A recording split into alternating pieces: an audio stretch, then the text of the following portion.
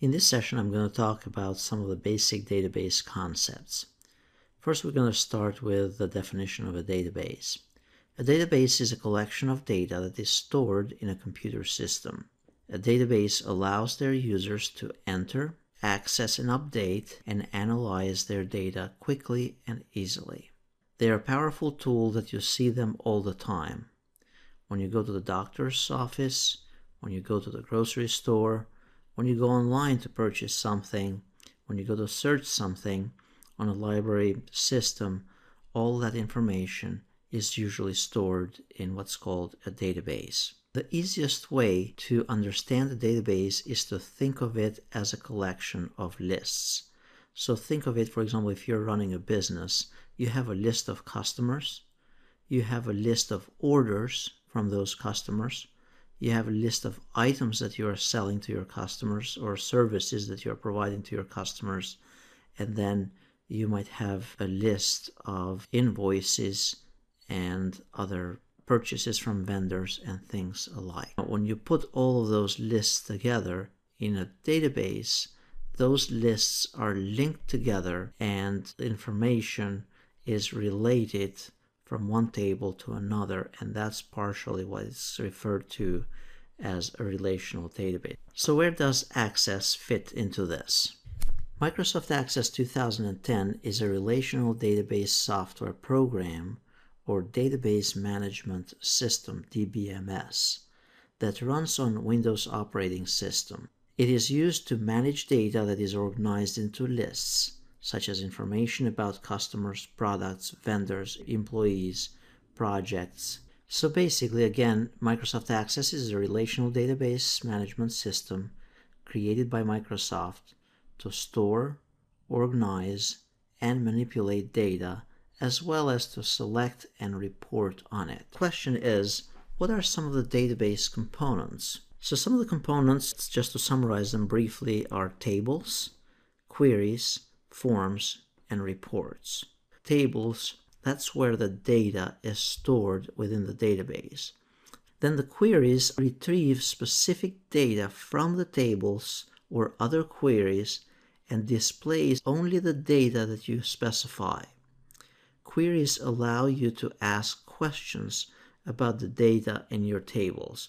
For example, I want just the first name, last name, and email address. It's very similar to the other function in the computer, like the processing that takes place in the computer, if you were to take it as an analogy. Then the form is used to enter new records in a table. That's the data entry component of it. And to edit or delete existing records into the table. Usually the data is not entered directly into the table manually, but it is done through the forms. And the form, think of it the input of the data, the entering of the information into the system. And then the reports are the fourth component here, and those would be very similar to the output. They summarize the fields or records from a table or a query in an easy-to-read format. For example, that would be a report that you print out, something that you print out to give to your manager for the sales of that day. Now, what does all of this look like in an actual database? Here's a really simple database that we have. We have a database called customer sales here, and we have a bunch of tables. In this case, we have the customer table, we have the contract table, and then we have invoices. So think again about these as separate lists. So the customer table, of course, it would have the list of customers. We have here for example, the customer ID, company, first name, last name, telephone number, street address, city, state, and so on. So those would be very similar to what we have seen in Excel. You can sort this data, you can manage it in different, filter it, and things of that nature, but think of it just as a list. Now, besides the customers, if you're running a business, then you'd probably have different contracts or different sales. So in this case, this is another example of a table, the contracts table. If we double click on it, we have the contract number, the customer ID, contract amount, the date, and then the type. And then notice we have another table here called invoices. And the invoice table has the date, number, and the item, what it was for, the amount, and whether it was paid or not. So those are the tables. Again, this is where the data is stored into a database. Think of it, when you hear tables, storage. The next component in a database, like I mentioned earlier, it is the queries. So if we go here, the queries, for example, are like we have the table customers.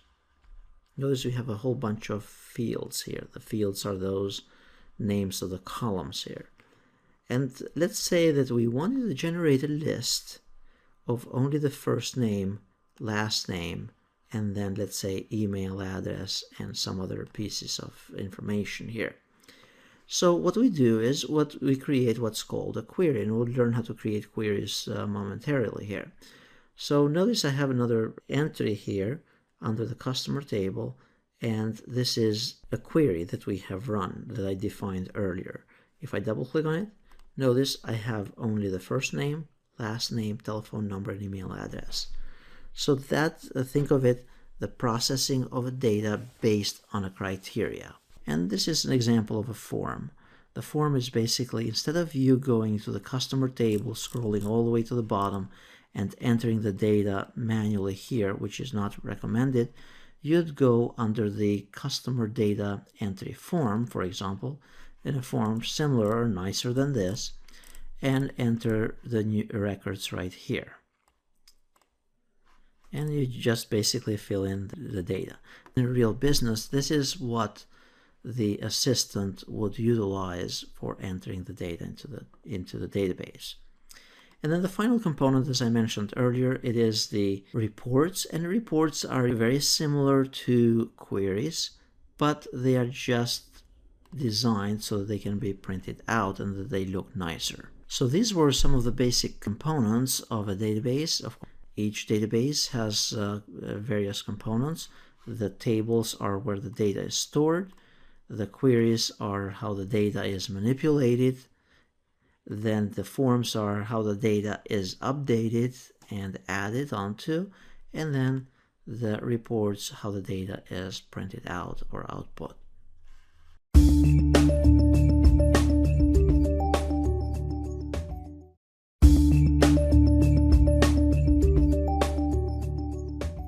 In this session, I'm going to cover a couple of the basic concepts on working and getting started with Microsoft Access 2010.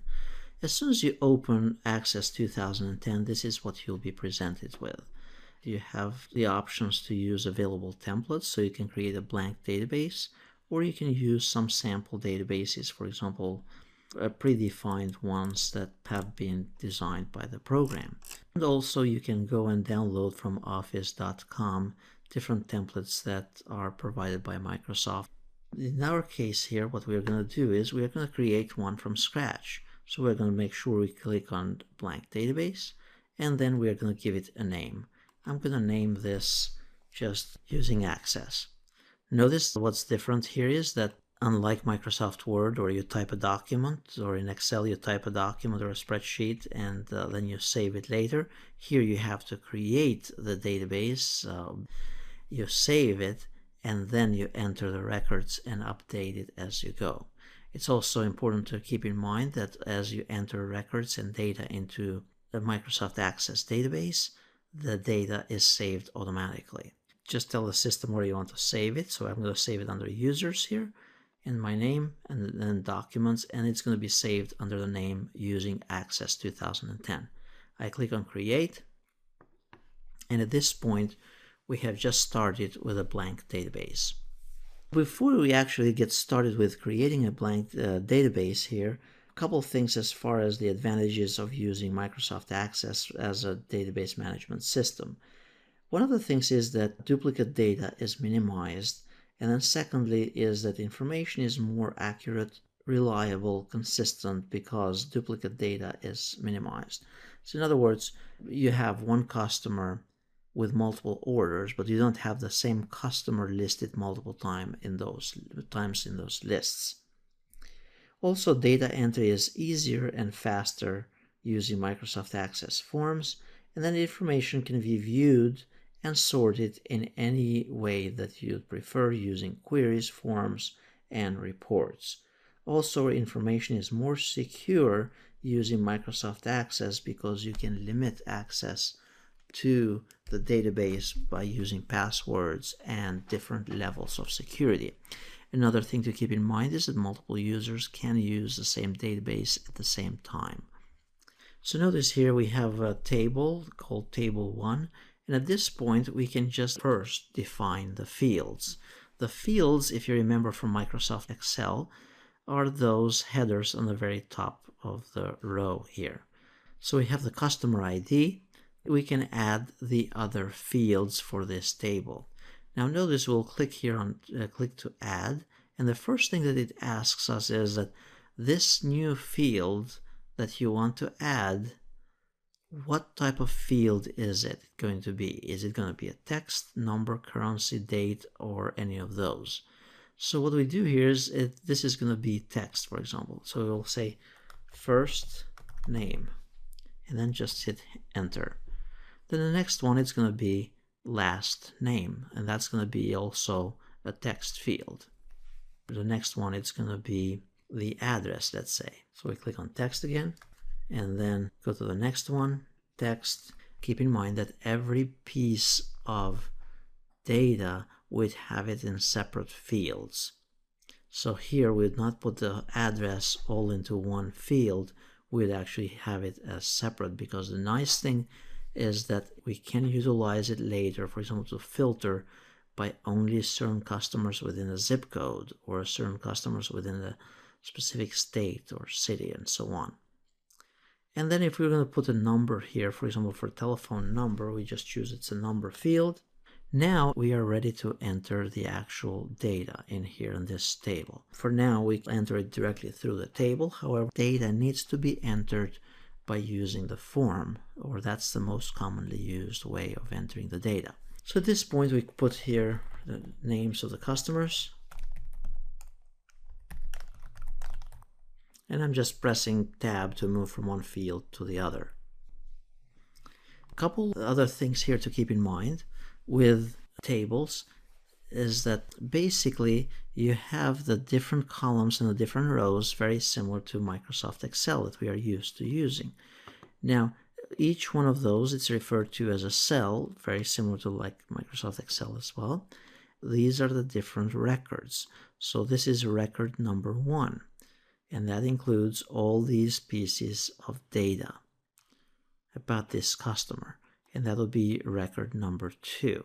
Each table has what's referred to as a primary key, and this is a very important concept. The primary key in a table is a field that is marked as unique, or that makes each record unique within that table. Now notice here under ID, that record has been marked as unique, and that's what differs two customers. So because you could have another customer here, Hubert Sims, and then he could also live at 200 Manor Avenue with all these other pieces of data. However, what makes those two records different is this field here. Notice that the record 1 is different from record 3 because of this unique ID that has been assigned to each customer. So even though all the other pieces of data are different, they still are different because of this primary key. There are actually two ways to enter data into a table, either by the right here like we did so far, or you can use the design view. So this design view is actually the easier one. So let me close this one and we'll save this and we'll call this customers. Again, we are saving at this point. We have created a database from before. And now we are just creating a table within the database. So here's the table customers. Now, if we wanted to go back here, and notice under the Home tab, we have this view and then a drop down. Under view and the drop down, we can choose different views for that specific table. we can click on Design View, and that will give you an opportunity here to change the design or the layout of this table. And this is the preferred way of creating the tables, actually. So notice at this point we have the fields that we defined earlier. Notice when we entered first name, we have a text field. And when we entered the telephone number, that was a number field. Now, if we wanted to add additional fields, we can simply add them right here. For example, we just put the name email. And then we can define what type of field it is, what type of data is going to be in that field. You can have it as text or any of those in here. The email, in this case, it would be text. And then you can also limit the field size, and those would be the field properties here for email. And then you could add additional data, for example, notes. And the notes can be, instead of being just plain text, it could be a memo field, which usually can take up to 64,000 characters.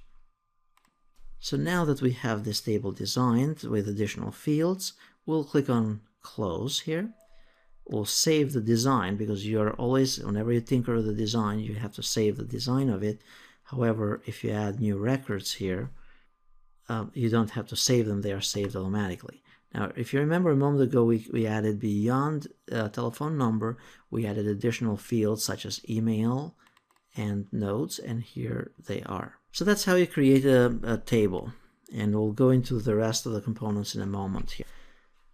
Just before we move any further, here a couple of things as far as the application itself, the way it works. I was supposed to actually show you this first, but better late than never. Notice you have the Home tab, you have the ribbon, very similar to Microsoft Word, Excel, and the other applications we have used.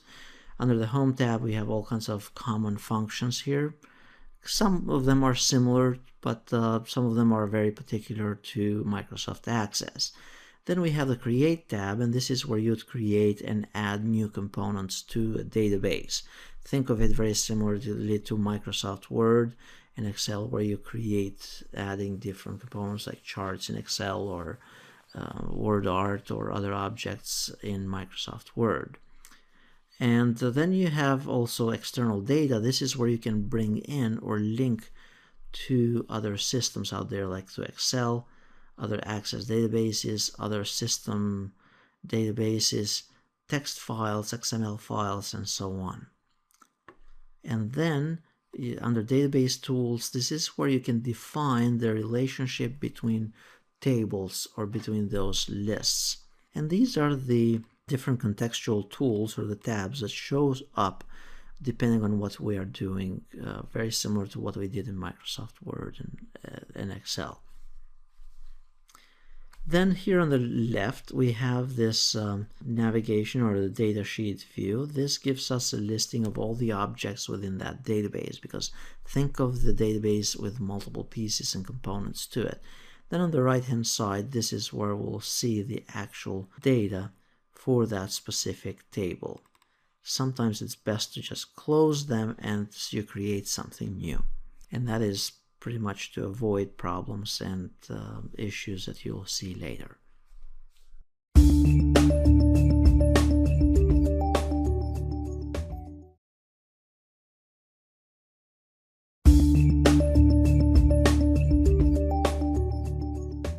In this session, I'm going to show how you can create a table from scratch. Again, we covered this also earlier, but I'll just go very briefly. And also I'll show you how you can create a table by importing data from a list that you might have in Excel or in a text file, like in a CSV formatted file. So to create a table, if we needed to create a new table here, we'd basically just go under, from the Home tab, we'd go into the Create tab, and then we'd choose Table. Notice it's very similar to what we had before. Now at this point, what I'd recommend is that you go under the drop down here under this view, and then choose Design View. We'll give it a name. And then notice we start with the primary key. This will be the invoice ID. Then we have order number.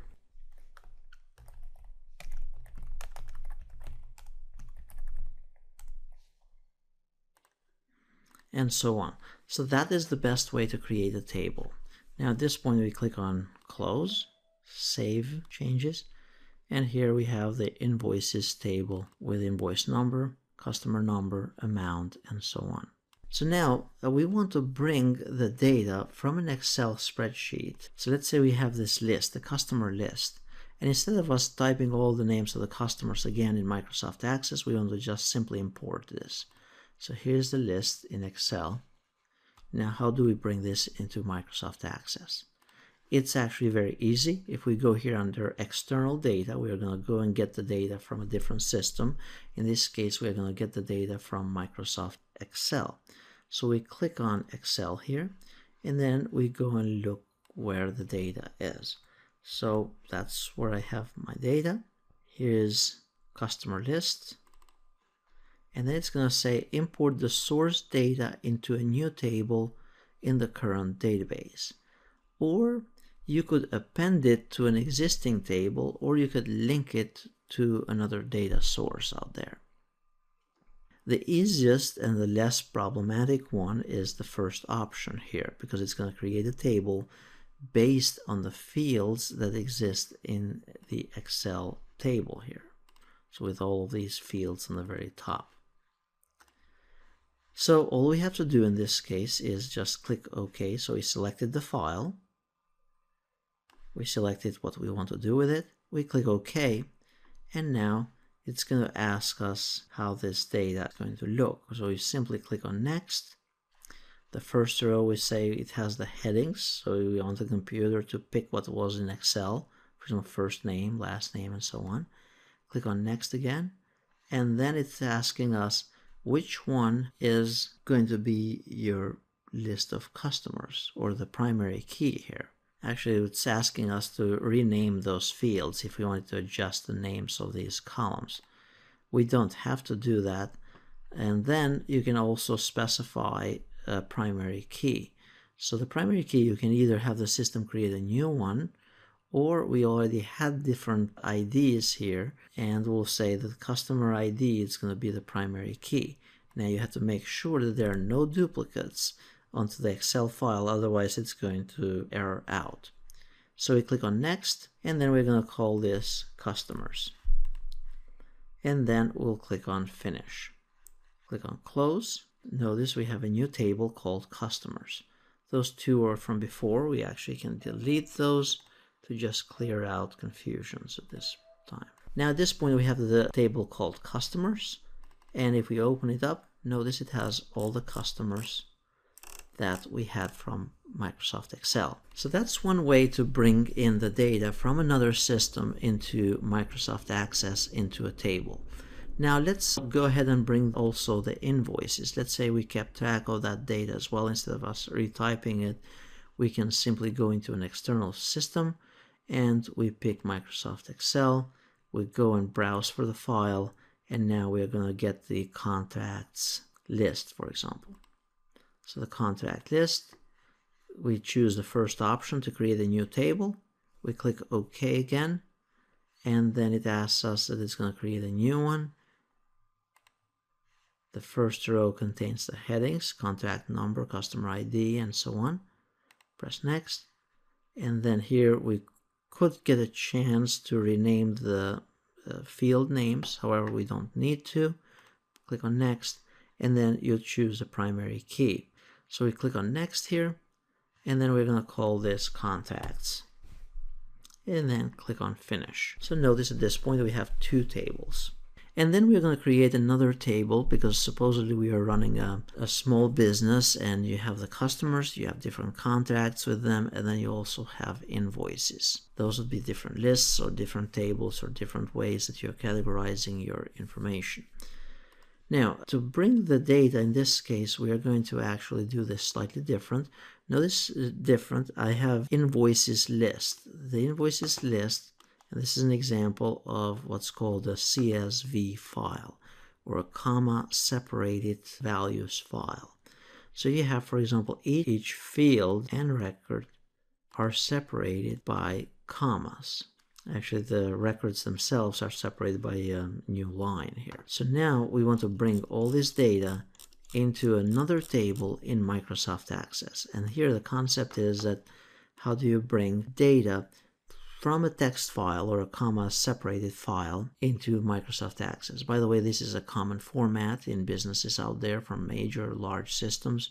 Pretty much any system can create lists and export the data into a CSV file, and then you can import that data into Excel, into Microsoft Access, and so on. So let's go under the external systems, and we're going to choose here text file. Under text file, we are going to pick the file here, and this is the text one, invoices list, and then we'll click on open. At this point, we're going to choose first option to import the data into a new table. That's going to be the easiest.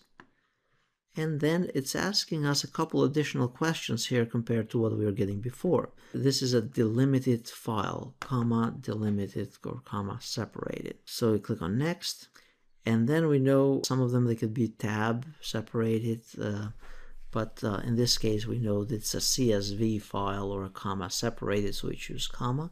So notice it separates each item here or each field correctly. And now notice we mark this here as first row contains the field names. Then we click on next. And then similar to what we did earlier, we have the invoice numbered. We can change the names here of these fields on the very top. And we can assign a new primary key, or we can choose an existing key. Then we click on next. And then we are going to call this invoices. And click on close. Now notice we have 3 tables.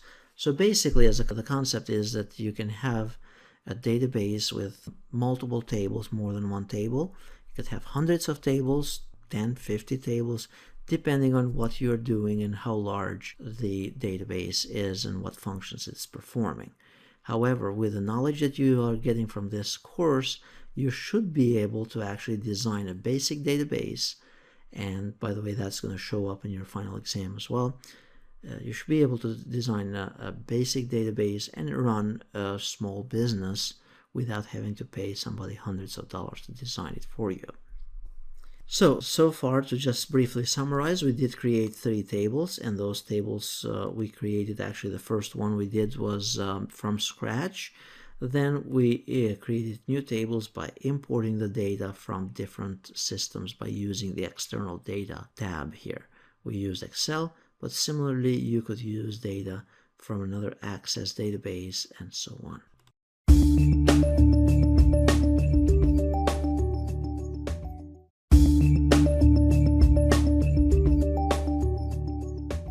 So now that we have a couple of the tables created by importing the data or by creating the data from scratch, at this point I'm going to talk a little bit about adding data to those tables, formatting them, and then I'm going to get into linking those tables together so that we can perform queries and also run reports and get the data from various tables. For example, one piece, for example, get the customer first name and last name from the customers table, then go and get, for example, the contracts for each customer from the contracts table, and then invoices as well from the invoices table.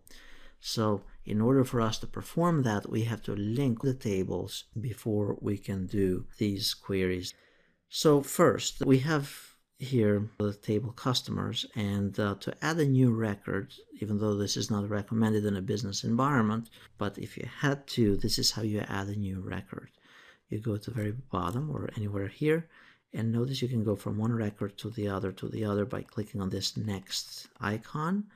You can also go to the very end, the last record, by clicking here, or creating a new record by clicking on this icon here, and then simply type in there. You can search by simply typing a name, and it will bring up wherever that specific name shows up. There are a couple ways to do this differently as well that we'll cover in a little bit. Now, I mentioned earlier, one of the key components here in an Access database is the ability to link those tables together.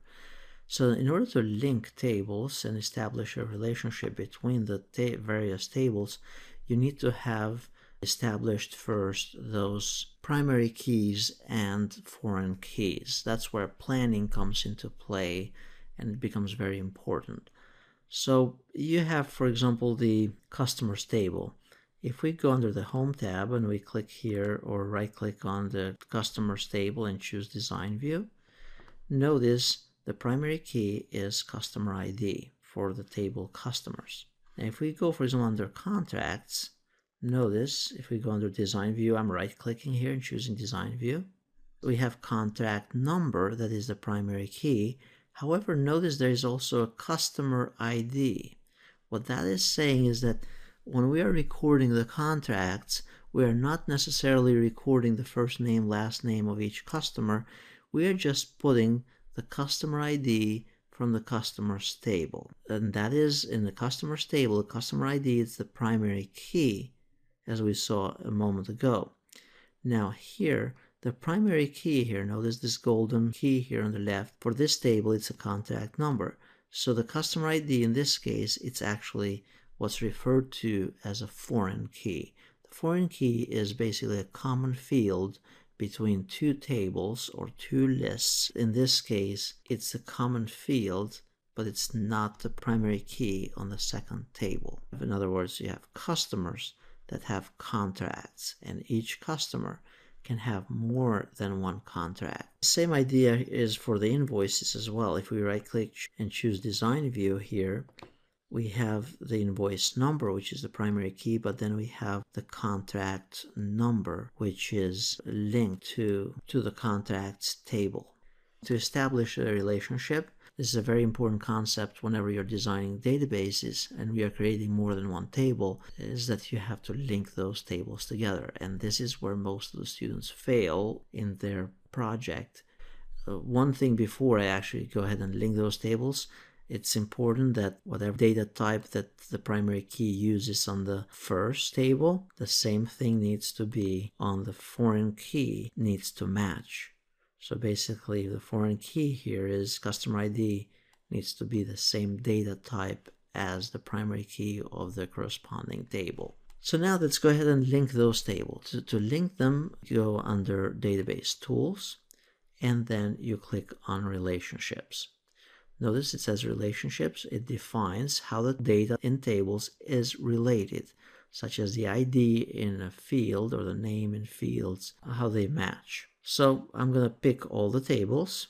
So we just click on each one of those, contracts, customers, and then invoices. We add them all to the board, basically. Now notice we have customers here, and the customers, customer ID, it's the same field under the contracts table. So what we do is we drag the customer ID under customer ID under the contracts table. Now when we drag it, it's a one-to-many relationship. That means that one customer can have many contracts. Now there are ways as well to enforce what's called referential integrity, and I'm not going to confuse you too much with this, but that means basically that if you go ahead and remove a customer for some reason, then it should drop all the contracts as well. In the case of students, if a student has signed up for courses for a semester, however they leave the university, then the system should also drop the courses that they have signed up for. Basically that you update one record or you delete one record, it should delete the other ones to cascade down. For now, for simplicity, I'm going to keep that off. We click on Create, and notice now we have this line. It's telling us that for customer ID here, it's the primary key, and this is the foreign key on the next table. Now, under Invoices, notice the common field here.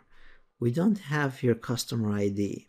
So customers is not related to invoices directly. What we have is that from each contract, we generate invoices. So what we do here is we have contract number and contract number. Notice that's the primary key, that's the foreign key here. So what we do is we drag the contract number to contract number down here. So make sure you drag it directly on the name of the foreign key. And then notice it's going to be a one-to-many relationship. So it means it's one contract with many invoices. and then we click on create, and then you can kind of move this either way, however you want to arrange it. And then the key here is to click on close and then save this relationship. Now these tables are linked together. What that means is that if I wanted to pull, for example, the names of the customers, first name, last name, and then the actual contracts, I can do that at this point once the tables have been linked. At this point, let me show you how you can actually create a query. Go under the Create tab, and then we click on the Query Wizard. That's the easiest one. I'd recommend for whatever you do when you're using these databases and you're learning some of the basic concepts, use the wizard component. So click on Query Wizard, and then what you do is choose Simple, and notice we have the table Customers.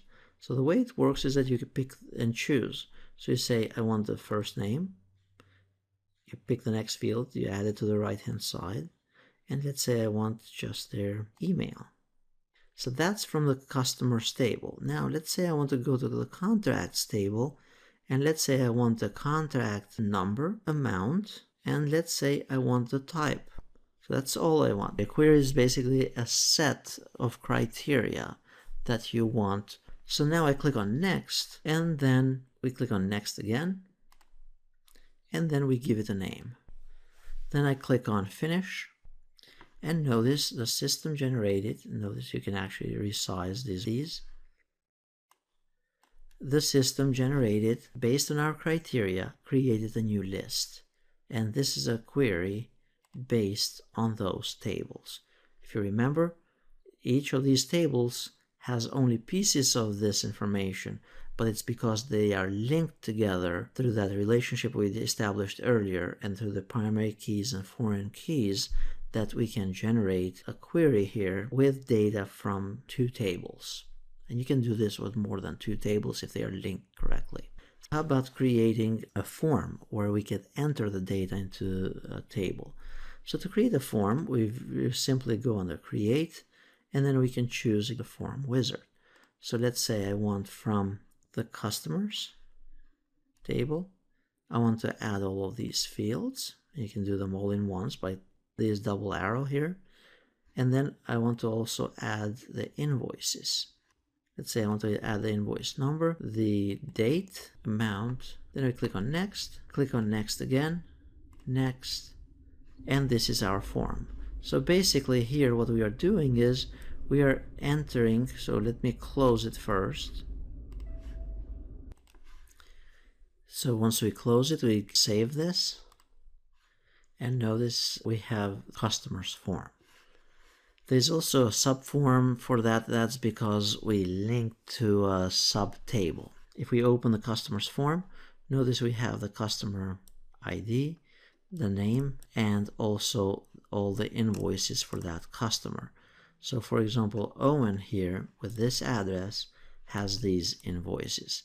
And this is pretty much how most databases work. Now notice we have 39 customers, and you can scroll from one customer to the other by this navigation bar here in the bottom. And also you can create a new customer by clicking on this new record here in the bottom.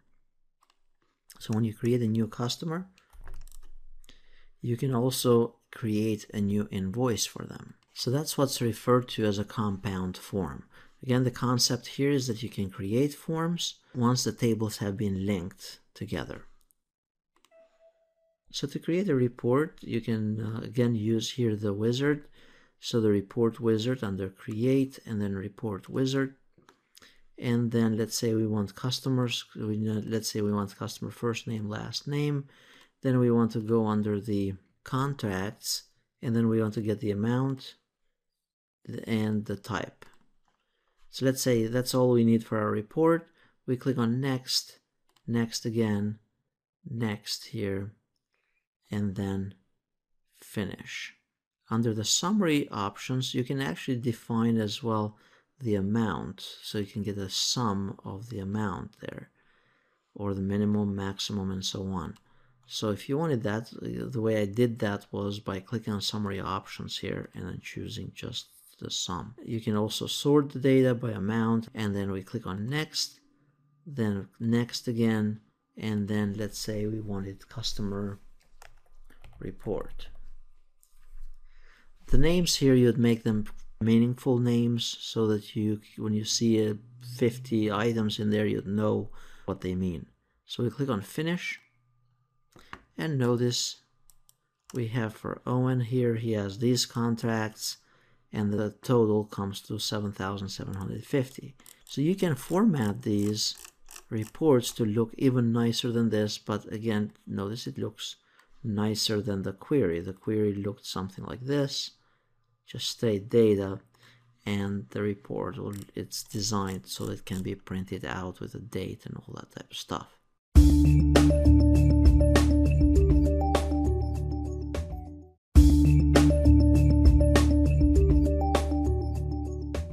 Welcome back to Microsoft Access 2010. In this session, I'm going to talk a little bit about database queries. We're going to start with simple queries using the query wizard on particular tables.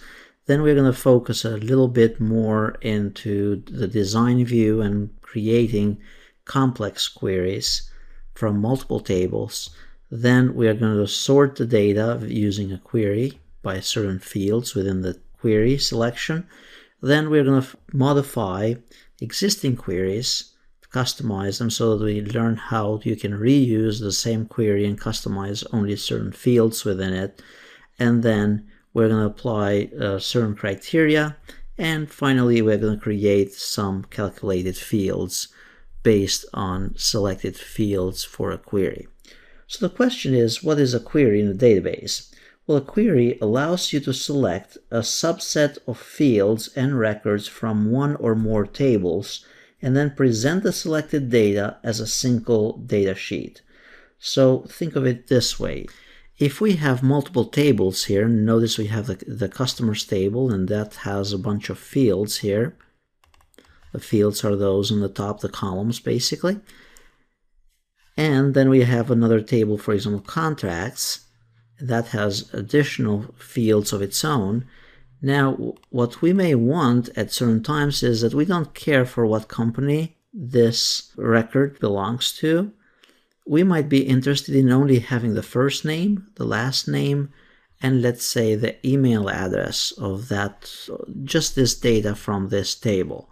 Then on the contracts table, we might be interested in knowing the amount, the date that they signed up for, and then also the type of contract or what the contract was about. So that's basically what a query is.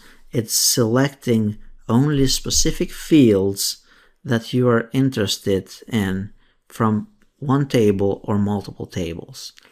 Whenever you go to Wikipedia or whenever you go to Google or a library system and you search for something, you're actually running a query on the database. You're searching for specific fields, especially when you're running an advanced search, you're searching for specific fields within that database. First, we're going to learn how to create a simple query. So let's say we want to go under the customers table, and to create a new query, we go under create here, and then we click on query wizard. Under the query wizard, we can select any of those at this point here, but we'll start with a simple one, and then we'll click OK. So we can choose from one of those tables. Notice that you can actually query within other queries. But for now, we're going to select the table customers. And then from the table customers, let's say we are interested in having only the first name, the last name, and then let's say that we wanted only the email address. By the way, if you use the double arrows here, it will add all those fields on the left to the right-hand side. And if we don't want one of those fields that we added to the right, we can choose to send it back by using the back arrow. And now we'll click on Next, and then we'll give it a name. And then click on Finish. Notice we have only the data that we requested. At this point, we can go ahead and close this query, save it, because that had to do with the design of it.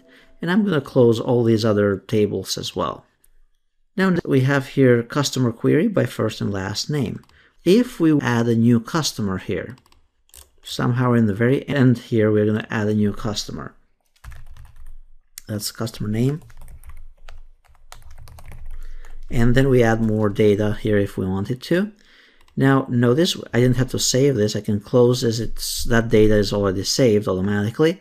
Now if I go and rerun this query, and this is the concept here, is that the data is entered into the tables, and the query, all that the query is doing is just asking for specific fields within that table.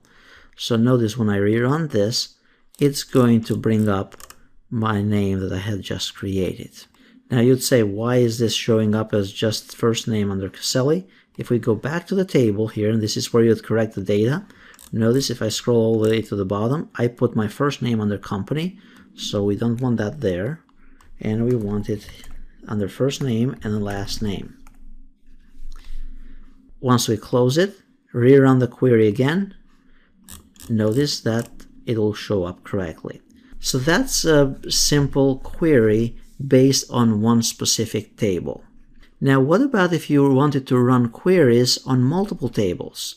So here's how you do that. To run queries in multiple tables, you need to make sure that those tables are related or linked together. And this we did it in the previous videos, and if you don't understand that part of it, please go back and follow the video again. That is done through the use of primary and foreign keys. So if we click here under relationships, notice that we have the customers table. The customer table is linked. Let me do it this way. It's probably more meaningful. The customer table, this is the primary key. It's linked to the foreign key in the contracts table. Then the contract number, it's linked to the foreign key under the invoices table. The concept here is it's only when the tables are linked correctly through the primary and the foreign keys that you can run a query across multiple tables. And this is what I mean. So if I close this, saving the relationship because I rearranged this layout here, we say yes. If I go back and create a new query here, so I choose the query wizard, choose simple query, and let's say under the table customers, I go and pick the first name, last name. That's the only two pieces of data that I want from the customers table. Now, if I go under the table contracts, I can go and get the contract amount, the date, and the type. And then I go ahead and click on next, give it a name here, and then click on finish.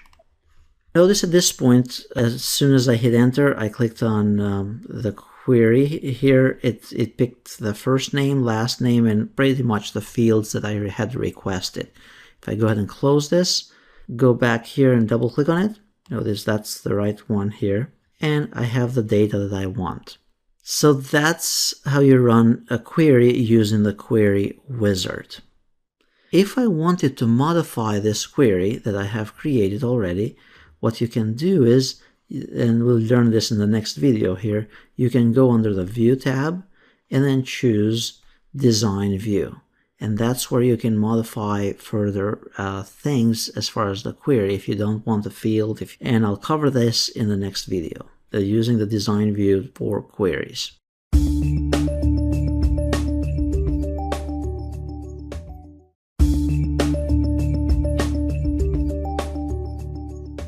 In this session, I'm going to talk about item 2 here, using complex queries by utilizing the design view in Microsoft Access databases. So let's go back here to Access. Earlier we did simple queries using the query wizard through one table and multiple tables. So now let's say we have 3 tables here. We have the customers table, we have the contacts, and the invoices table.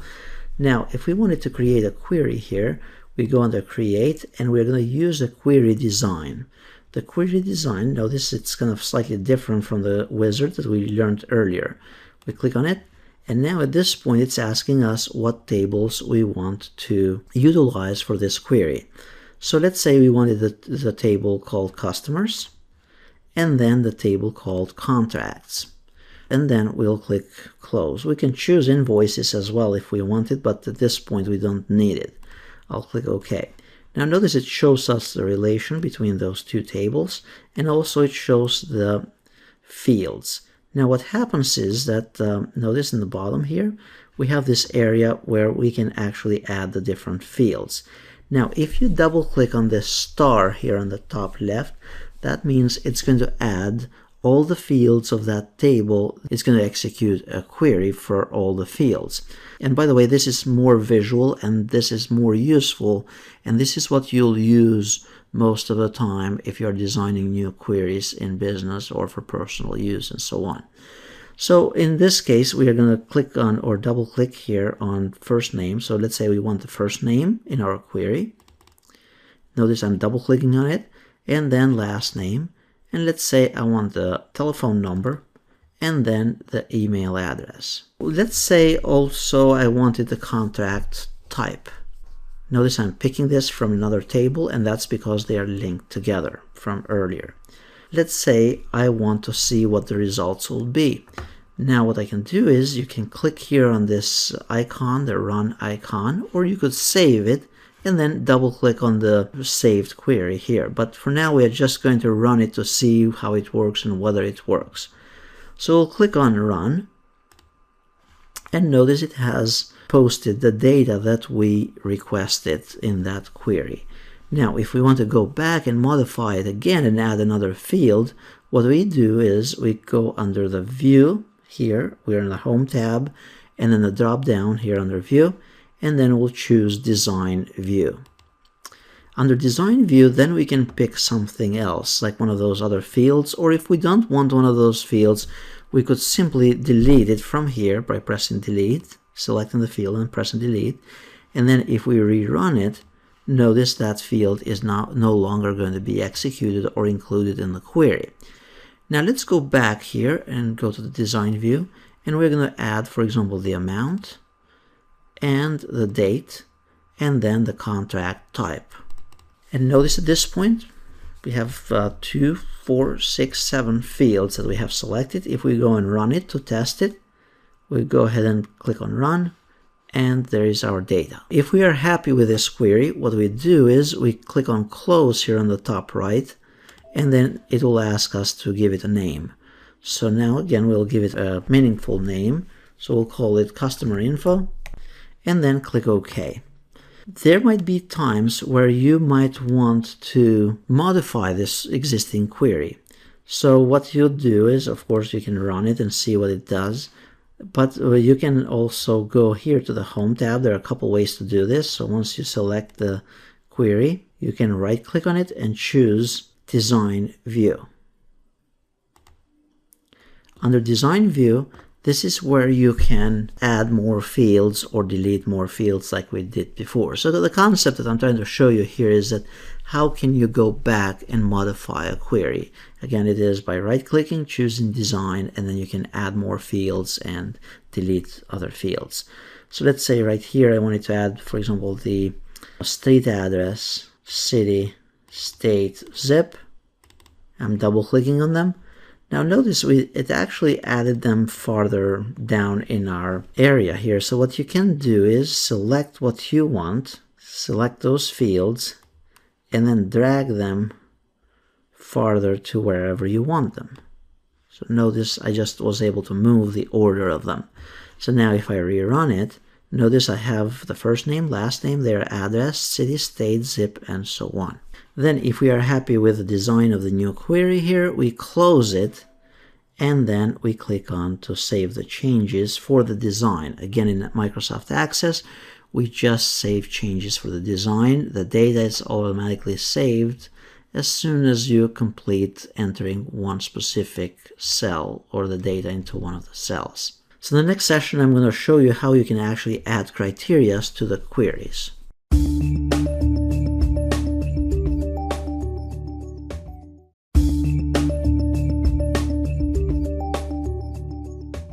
In this session, I'm going to talk about item number 3 here, sorting data via a query, and then also we're going to apply some criteria to those queries in an Access database.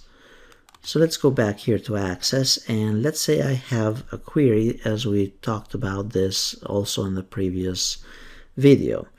So we have a query that we designed from earlier, and this query has these specific fields. It has the first name, last name, street address, city, state, and zip, and telephone and email.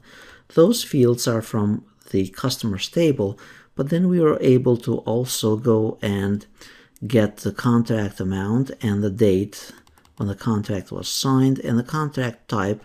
All this data, we got it from the contracts table. So notice we are pulling data from two tables here.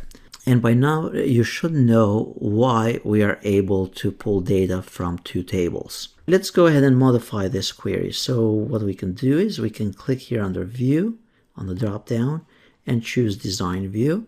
Or the easiest, and this is a better way of doing it probably, is to right click on the item and then choose what you want to do. So in this case, I want to choose the design view. So I click on design view. And now we are going to change a couple things here. Let's say we wanted to order the customers or that list, that query, we wanted to order it by last name. So all you have to do is to sort it. All you have to do is you click on the drop down here under the sort row. And let's say we want ascending order by last name. If I click on run, notice that all the customers will be ordered automatically by last name. Now let's say I changed my mind and I want to order them by first name.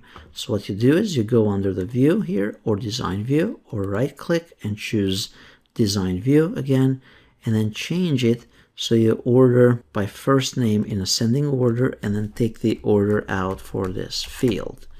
There are ways to order by two or more fields here as well, and keep in mind that the first column here takes precedence. So it's going to order by this first and then the other one and so on. Let's go ahead and run this. And notice now we have all the A's and so on reordered. That's how the ordering goes. Now let's go ahead and specify some criteria to our queries. So let's say we wanted to see only the customers that are within a zip code. Notice before we were talking about separating in one of the previous videos, I was talking about when you enter the data into a table, make sure that you select or you enter individual pieces of that data in separate fields. For example, not the whole address in one field. You separate the cities, state, zip, and so on, so that you can actually sort it later, sort the customers later. So notice, let's say we want to see all the customers that are living in the city of Holland, for example. So what you do is you right click on the query here and then choose design view. And then under city, notice right here where it says criteria, we just type the word Holland. And then we run this query. Notice it gave us all the other fields along with just the customers that are in the city Holland. Let's say we are not interested in the field here for telephone number and all that type of stuff. If we don't want that to show up, what we do is we go back to the design view. We could either delete the field completely, for example, for the back here, the telephone and email, or we can uncheck it, and this check means that it's going to show or not show that field in the datasheet view when we run this query. So that's how you hide and show the different fields. So if I click on show, notice at this point the telephone number will not display anymore. Now what about if we wanted to go back to our query, and if you remember from earlier, we had customers from other cities as well. We had, let me display all of them. So if I take this criteria out, rerun it, notice we have customers from Holland here and also from the city of Lansing and other ones as well. So let's say I wanted to display only the customers from Holland or Lansing. So what you do is you go back to the design view, and then right here under the city we add criteria Holland. And then down here, we type also Lansing. And then run the query. And notice at this point, we have the customers displayed from just these two cities. So this is a type of criteria, filtering it by two items within the same field. Now here's another thing that you can do here. Notice that these by city here, they are not ordered together in a certain order, like by Holland first and then Lansing next and so on. To change that or to fix that, what you do is you right click, you go under design view, and this is what we learned earlier.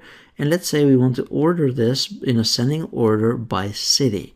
So we rerun this, and notice now we have all the, actually we don't have them ordered correctly at this point, because if we go back to the design view, notice if you scroll to the left, we are sorting this stuff also by the first field. So that's why I was saying earlier that the first left-hand side field takes precedence. So if I take that out, the sorting by first name, now notice these will be sorted correctly by city. So we have all the Holland customers and then all the Lansing customers. Now you could go and modify this even further. So let's say I wanted to get customers from Holland and Lansing, but with incomes or contract amounts more than 5,000 or more. So notice we have some here with less than 5,000. So the way you change that with adding a third criteria to this query is by going back here, and then we have those two criteria right here, Holland and Lansing, and then we are going to add a third one, and the third criteria, it's going to be by amount. So if we go under contract amount, and then we add here, notice criteria, on this same row, in the right spot here, we add greater, equal, 5,000. And then run this. Notice it's going to display only the customers with greater or equal to 5,000. Actually, we have here one with 300. And the reason for that is because we are telling the system, notice the reason why it's giving us the 300 is because we have asked the system to show or Lansing. So it's got to be a criteria of Holland and greater than 5,000 or Lansing. So we could either take out Lansing here or add also for, so we'd have to add either the second criteria here under or, which is not very common, or just take Lansing out and then adjust the criteria just so we see the results. So at this point we have the criteria is City Holland and then all greater than 5,000. If I run it, notice it will have the right numbers. If I go back under design view and add Lansing, then I need to probably put here greater than 5,000 for Lansing as well, and then run it, and then it will give me only the numbers greater than 5,000. So that's how you run it with multiple criteria. Now this is limitless basically. You can have any type of combination here. You can add other types of fields from these tables. You can add even more than two tables if they are linked together correctly. Just keep in mind that queries are pretty much almost limitless depending on how many fields you have and how many combinations of those fields that you want to put together.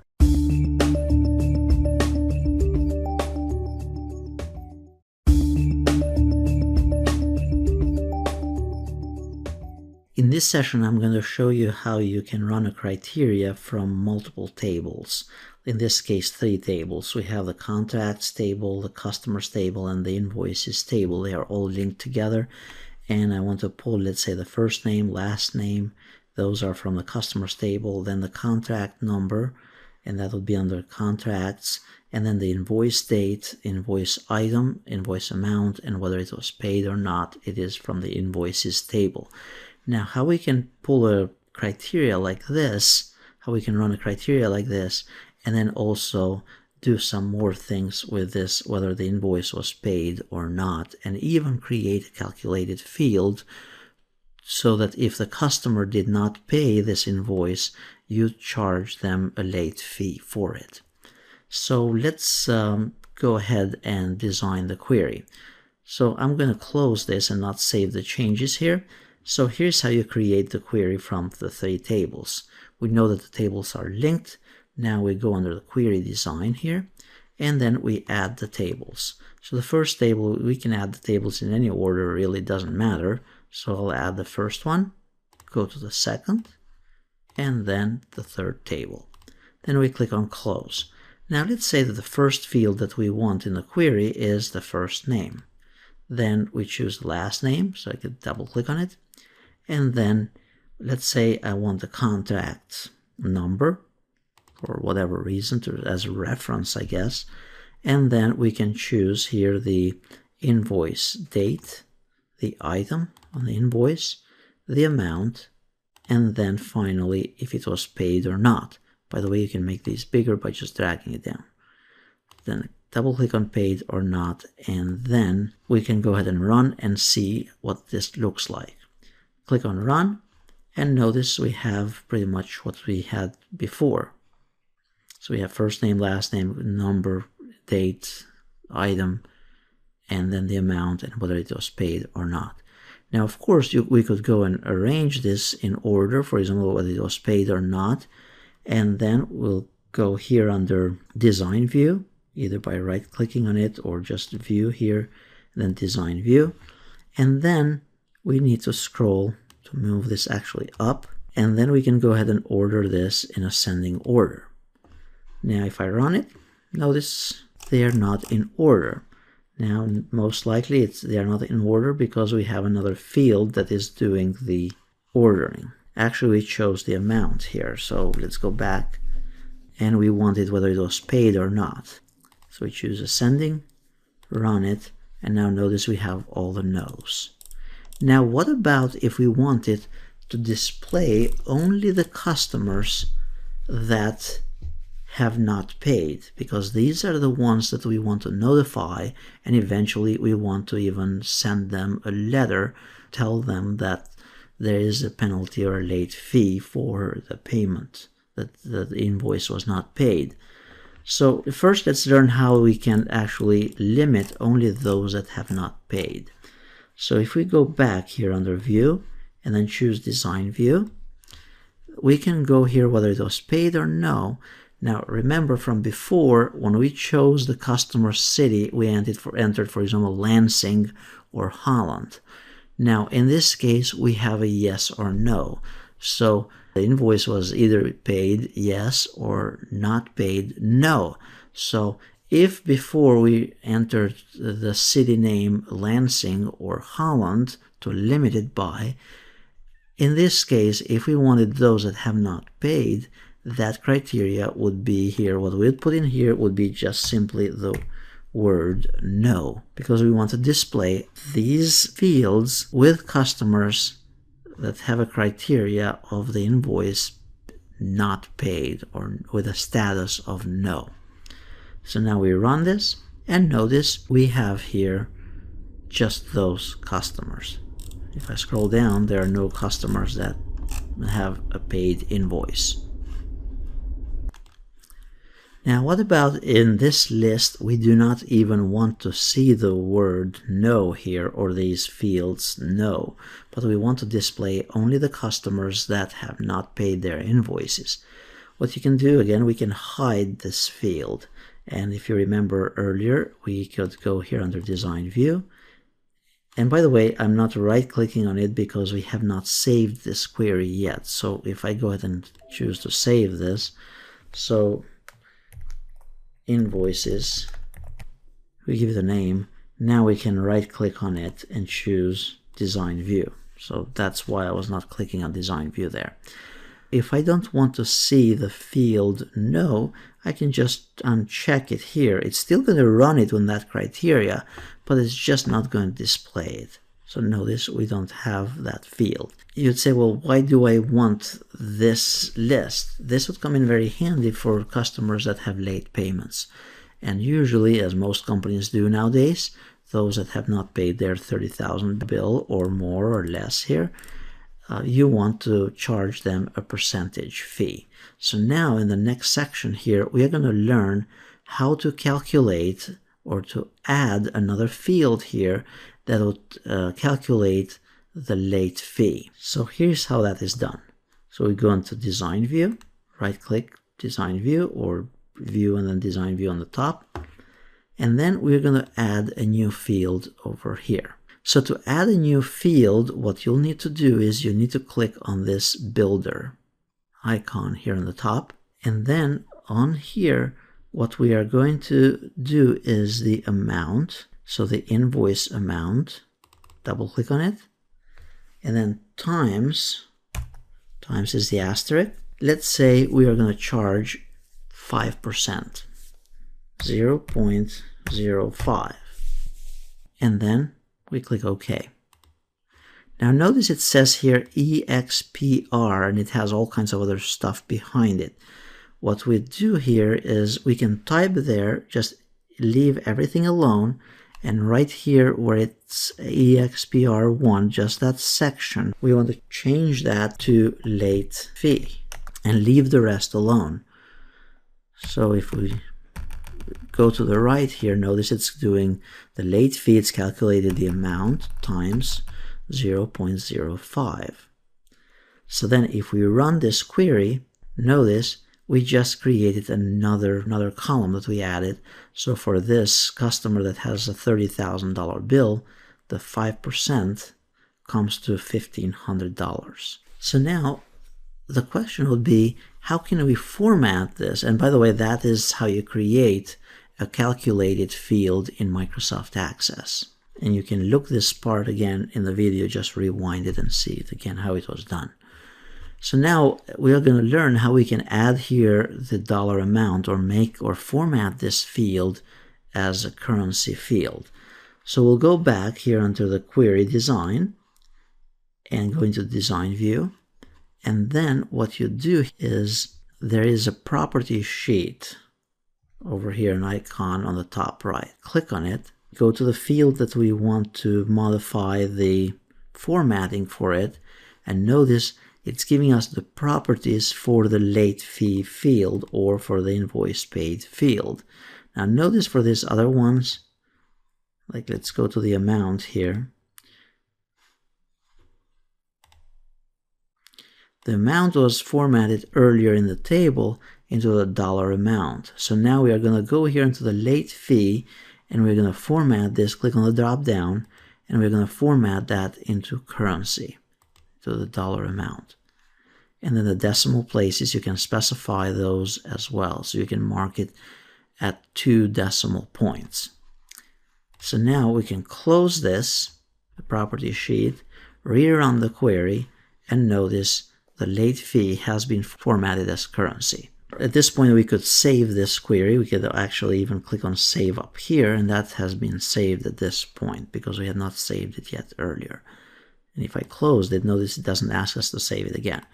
Now, if I go here under and run this query quickly, notice I have all these late fees. What about if I wanted to get the total here on the very top for these late fees? And this is what we're going to learn next, getting the total for different fields.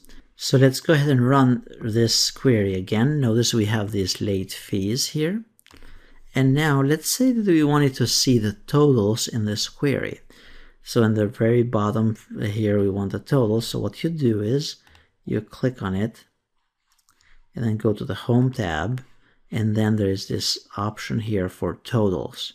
So we click on it, and then it's going to give us one more row in the very end for us to specify what totals we want. So let's say for the late fees, we want the sum here. And then also for the invoices, we click on the drop down and we want the sum of those invoices. So then we save it. And whenever we rerun it and those numbers change, those will be updated automatically. So if I go here under contracts and I modify, notice that this was the total here ended with 850, 1.3 million and 850. Actually, I needed to modify the invoices because that's where the invoices are pulled from. So the amount here, for example, it says 70,000. I go and change that to $1. As soon as I update this invoices amount, because again, the query was running from the invoices before, close this, run the query again, notice that has been changed. So now it's $1,39851 compared to what it was before. So those are some of the queries. That's a limitless to what you can do and how you can run those queries. I would say play with them, but this is the general idea of creating new fields, calculated fields. And by the way, you can go ahead and change the design here. And let's say that you want to charge them a 7% late fee. You'll notice that from 65,000, it's going to change when you modify that. So if we go back here to our design and we go to our calculation, so instead of 0.5, we make it 0.7%, and then run the query again. Notice that from 65,000, now we have 91,000 in late fees. So check those out, and it's a lot of fun actually playing with the queries and generating all these types of data.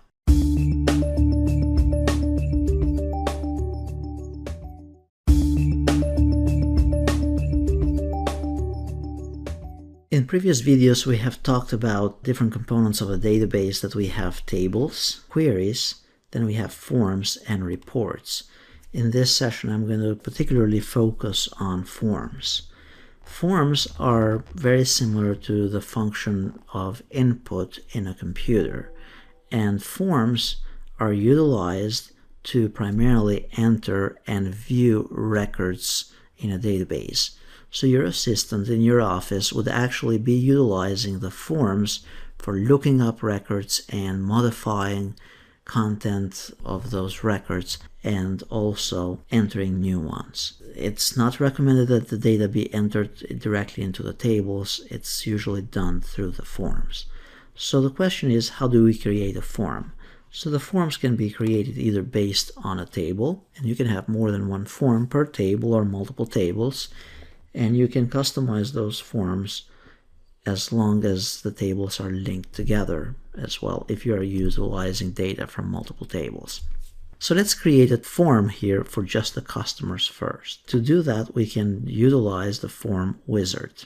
So we click on form wizard, and then let's say under customers, we want customer ID, company, first name, last name, and basically all the fields. The reason why you might want all of them is because you might want to update all the information about a particular customer. However, if you don't want your assistant to modify certain fields, then you can create a form with just the fields to modify. So now we click on next, and then we click on next again, and then just give it a name. Then we click on finish, and this is the form at this point. Notice you can move from customer to customer. By the way, let's close it first. And here it is, customer simple. So that's the current form.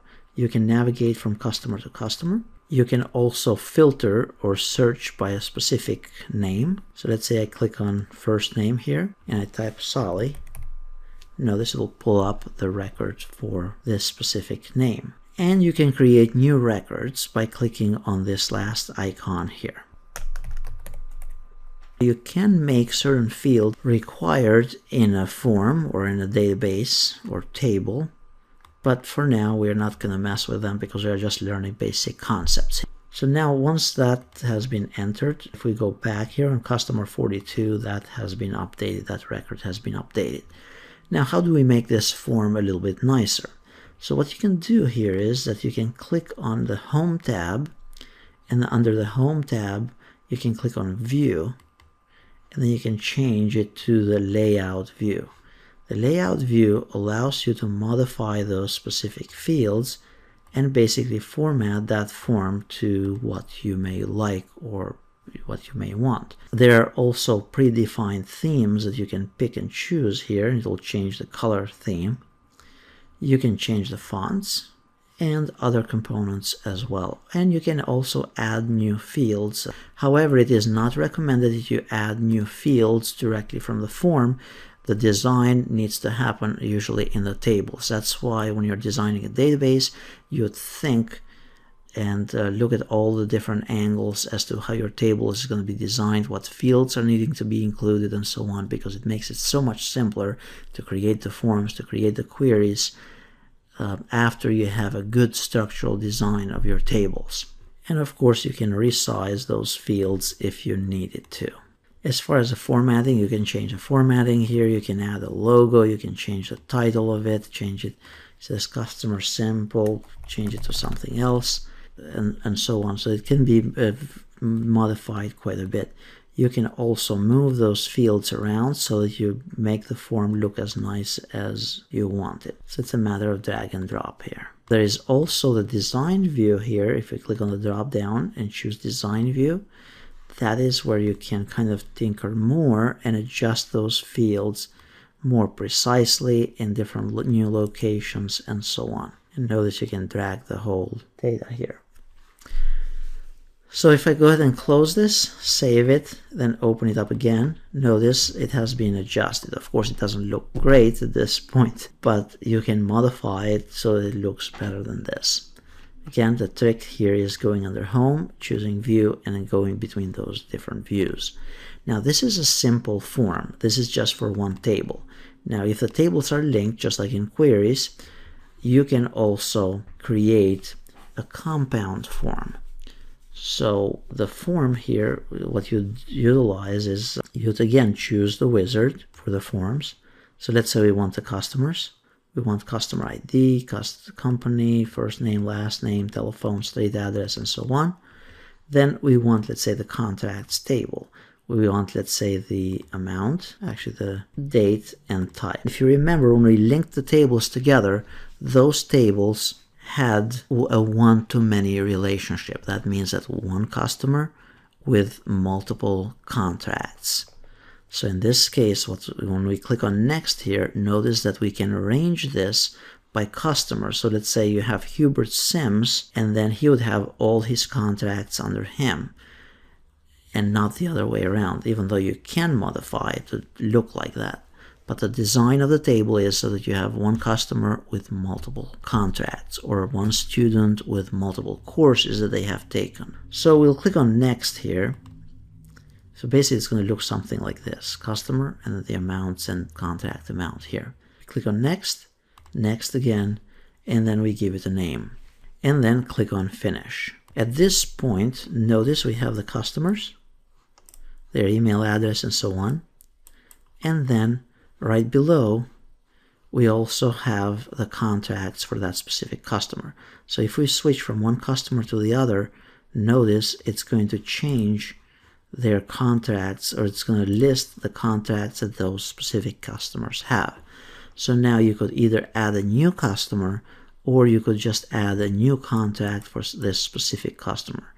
For example, for a mall, or however you say the name here, you would add a new contract, let's say 70,000.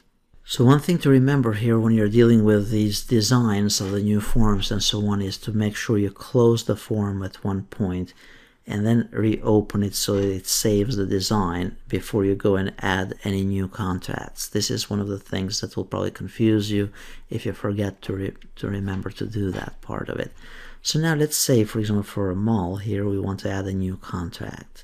So the contract, let's say it would be the contract number 4543. And that's the customer number. So the customer number, it's basically going to match the customer number up here, 11014. So that's why it's pre-populating it. And then let's say we add a new contract at $7,000. And then you can put the date in there, and then what type of contract it is. And then move on to the next customer, basically. So this has been registered at this point, and it's all good to go. So that's how you'd use the forms to add. So it's basically the idea here is that you use the forms to add data, retrieve data from different customers, and update their records. And at this point, if you were to go back to those queries that we discussed earlier, you would be able to see those contracts reflected. So for example, customers with contracts, if you were to search for a mall, notice there is a 7,000 and landscaping that we created earlier. So that's forms. We'll have reports in the next session.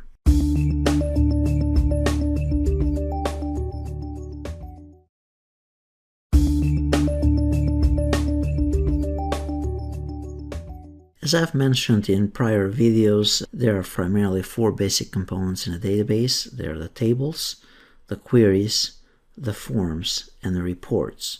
In this session, I'm going to focus a little bit on the reports. So how you create a report and how you modify those reports. We have three tables here and a bunch of queries. You can run a report either on the tables themselves, multiple tables if they are linked together, or you can run the reports based on different queries.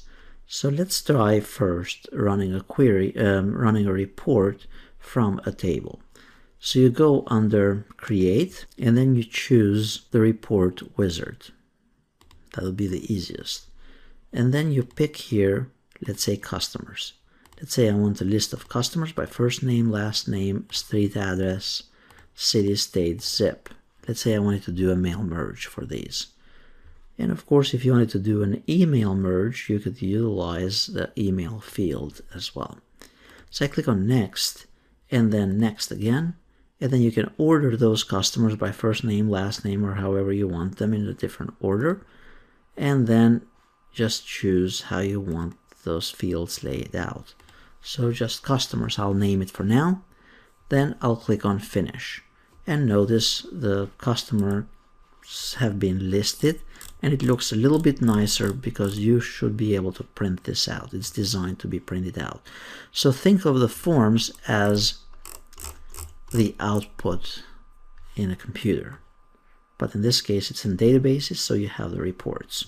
So now, if you wanted to modify this form, I'll show this to you actually in a moment.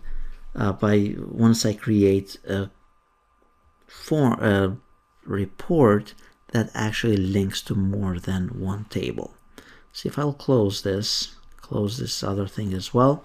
Now let's go back and create another report. We go under Report Wizard. We go under, let's say, Customers. Again, it's the same idea that we have been doing here with queries as well.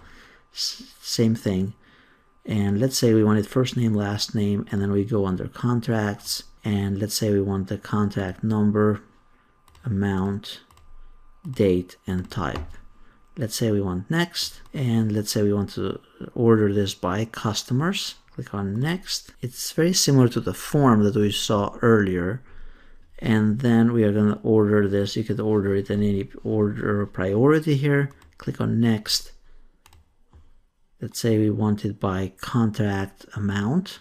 And you could even post on the report, let's say the total for the contracts. Then we click OK. Next. So basically play with the settings here, what you see on the screen. Next. And let's say give it a name to the report. Then we click on Finish. Now notice we have here the report with some summaries and a bunch of numbers and so. Now notice it doesn't look too great because I should probably have picked the landscape formatting. So to change the formatting here, you can click on Landscape under Page Layout, and let's take a look again, and it still does not look that great. Now the next thing that you can do here to improve the looks and the feel of this is to go under Close the Preview screen here, and then what you do is you go either under the Layout view or the Design view. So that's the report view. You go down under View here, choose Layout. That'll change the layout. We can tinker with the layout a little bit. So notice now we have to adjust these columns.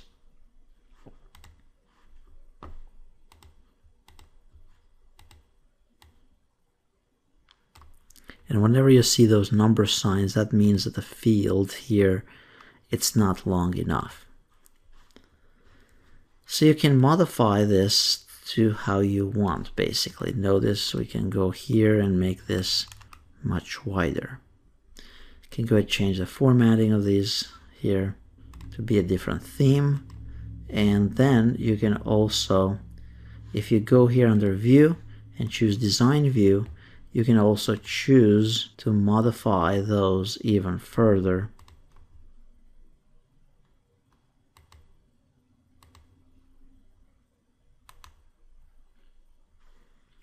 Under Properties. Notice we want it, let's say, transparent. And here we're kind of getting into more complicated stuff. Just keep in mind that you can go to the different views and customize different components at this point. So now we click on View, view the report. Notice it doesn't have those lines and it's a little cleaner than before.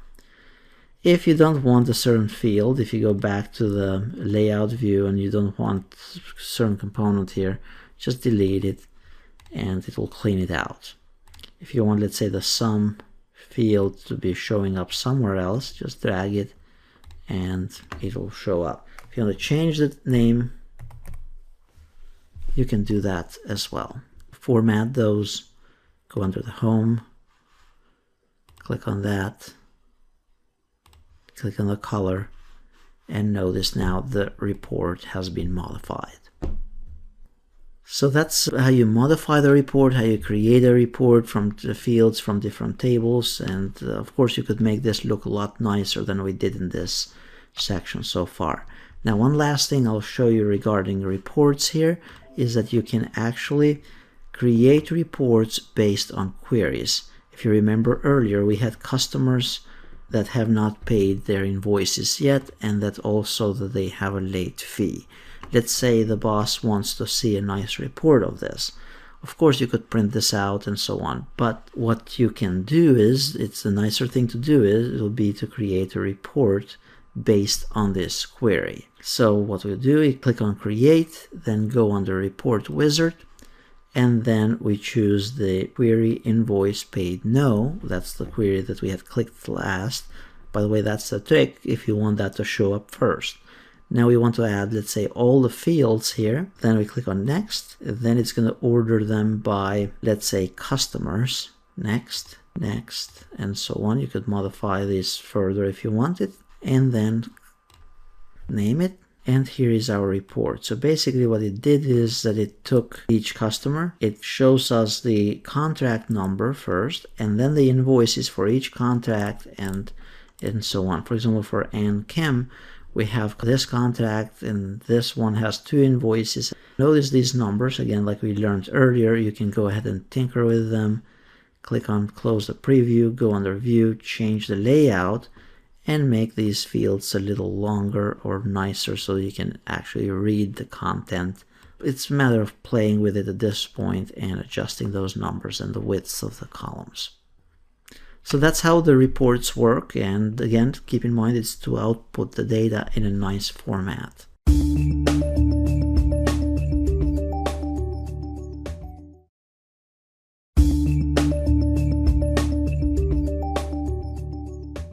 There's a lot that can be done with Microsoft Access, and what we have covered in the previous videos is just scratching the surface. For those of you that have not watched the previous videos, I'd recommend that you go and check them out. At this point, I'm going to show a couple more things here. One of them is exporting data into Microsoft Excel. So if we go here under external data, we can go ahead and actually send something. So let's say we have this invoices paid, yes or no. Notice it has this data. You can actually choose to send it to Excel or to a text file or email and so on. You can also right click on this stuff and then choose export and then choose Excel. So either way will work. So if I choose the first method here, select the query, click on Excel, then it's going to save it to a specific location. And you can even choose to preserve the layout. Let's say we want to preserve that. And then we'll open the destination file when it's completed. Now we'll just click OK and the process is complete. So now in Excel, what you could do is you could take this data and sort it out and adjust it and work with it any way you want, like you used Excel before. Create charts and things of that nature. So that's one of the options. Another option is to create a mail merge from a query or a table that you have in Microsoft Access. There are a couple ways of creating the mail merge. You can either go into Word first and then link to the database and then run the mail merge from there. So that's one of the ways. The second way, and it's a little bit easier actually, is to go into access, select what table you or what query you want to utilize. For example, I want here the invoice is paid, yes or no. And to make things a little bit easier here, I could actually go and add the addresses if I wanted to. So if I wanted to choose design view and I want to go and add the addresses, I could. If I was going to actually send an actual mail, letter basically. So if we go here to the right, they'll be in the very end, and it doesn't matter the order at this point. So let's say I'm happy with it, save this. If I run it, it will also have the addresses. So now let's go ahead and create a mail merge from this one. So we have this query, and we go under external data, and then we choose to export this data into a mail merge, because you remember this was to import before the beginning of Microsoft Access, what we did. And then here we are going to choose a mail merge. Double click on it. It asks us, do we want to link it to an existing Word document? That means that if we have an existing document, a form letter, like a letter that we are writing to our customers and so on, we could utilize an existing one, or we could go and create a new one from scratch. So we're going to use the second option here. We'll click on OK, and then it opens Microsoft Word. At this point, it's just asking us, it's kind of simplifying the process. The linking has been done. It's asking us whether we want letters or email messages or labels, or what do we want. So I'll choose letters. Then I'll click on Start the document. Then I'll tell the system that I'm going to use the current document even though it's blank. Then we'll choose the next step, select the recipients. The recipients are already selected. It's kind of linked to Microsoft Access because we started the process from Microsoft Access, and kind of that part is complete. Usually you'd have to pick it if you started from Microsoft Word. So for now we are all set with the current list here. Notice invoice is paid, no. That's the query in Access. Then we click on Write Your Letter. Then at this point it's asking us basically to insert the fields. So if I wanted to insert the fields, I could go ahead here under Insert Mail Merge Field, and let's say I want the first name, space, last name. Then I want the address. Notice it doesn't matter the order. And then I want the city, comma, state, and then zip. And we could say dear, and then put the first name of the customer.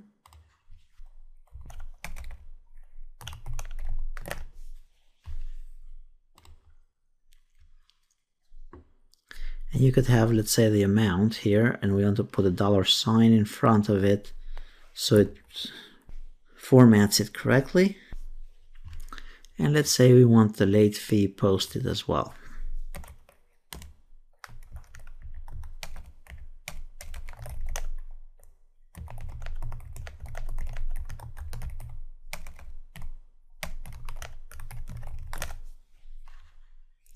And then you could put the invoice number. We actually don't have that listed here, but we could choose contract number for now.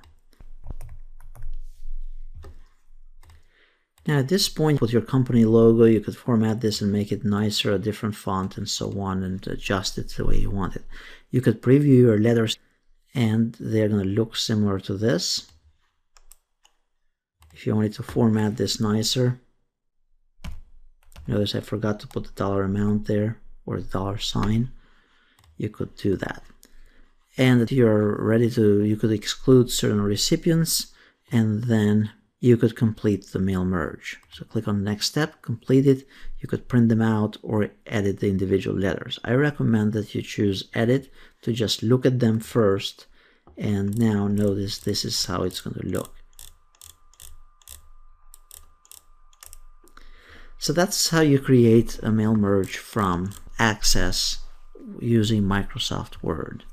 And one more final thing before we finish here with Microsoft Access. Let's go back. In Microsoft Access, from time to time, it's worthwhile that you'd actually do compact and repair the database. What that means is that it goes and checks it and verifies the data and so on. The other thing that you need to do is that you need to make a copy of the database so that you have a backup of it, because if you are collecting so much data and you are also spending so much time on it, you want to have good backups of the database. So basically you need to have multiple copies of it. It's important also to understand that when using a Microsoft Access database, you can have multiple users use the same file, update, modify, and view the data from the same file, unlike Microsoft Word or Microsoft Excel. So that's it on Microsoft Access. Hopefully it was beneficial. Feel free to refer to the other video tutorials on learning these different features that we have covered so far in Microsoft Access.